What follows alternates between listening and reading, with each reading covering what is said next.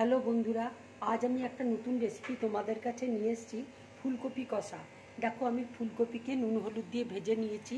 এখানে টক দই রয়েছে, এখানে চিলি সস আছে, এখানে টমেটো সস আছে, এখানে লঙ্কা গুঁড়ো আছে, এখানে গোটা গরম মশলা আমি থেতো করে রেখেছি, এখানে জিরে গুঁড়ো আছে, হলুদ আছে, তেজপাতা আছে, মটরশুঁটিকে আমি সেদ্ধ করে নিয়েছি।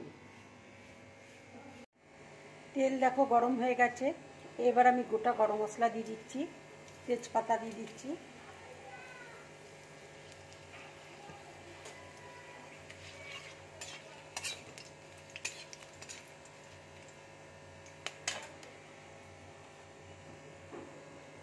এবার আমি জিরে গুঁড়ো দিয়ে দিচ্ছি,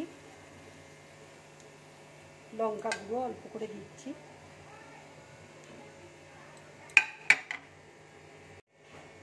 টক দই দিয়ে দিচ্ছি,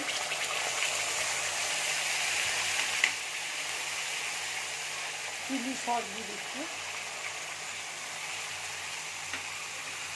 টমেটো সস দিয়ে দিচ্ছি,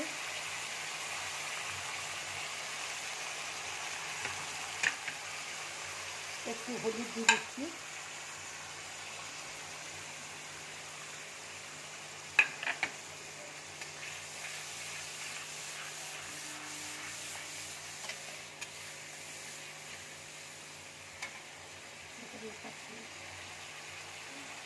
এবার কাশ্মীরি লঙ্কার গুঁড়ো দিয়ে দিচ্ছি,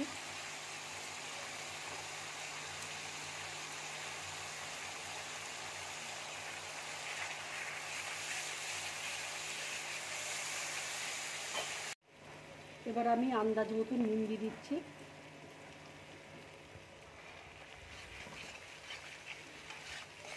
মটরশুঁটি দেখো সেদ্ধ করা রয়েছে, মটরশুঁটিটা দিয়ে দিচ্ছি।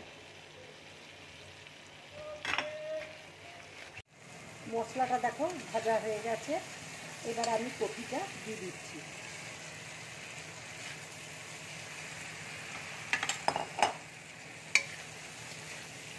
কপিটা দিয়ে আমি একটু কষিয়ে নেব।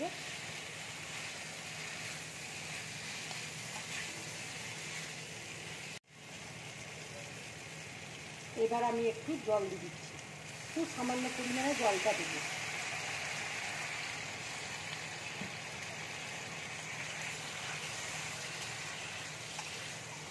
এইভাবে কষা ফুলকপি করবে, খুব ভালো লাগবে খেতে। এটা গরম ভাতের সাথে কিংবা লুচি পরোটার সাথে খাবে, খুব ভালো লাগবে।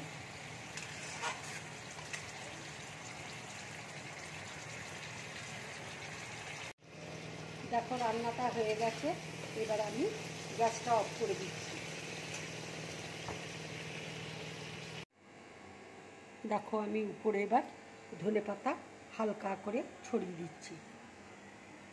এরকম করে তোমরা ডেকোরেশন করবে, খুব ভালো লাগবে দেখতে, দেখতেও ভালো লাগবে, খেতেও ভালো লাগবে।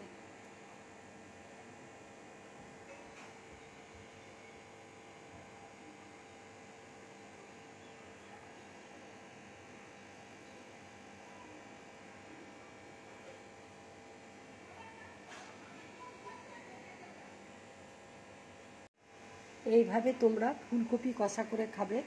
যদি আমার রান্নাটা ভালো লাগে তাহলে লাইক করবে, শেয়ার করবে, আর ড্রিম ব্লগ চ্যানেলটাকে সাবস্ক্রাইব করবে। নমস্কার।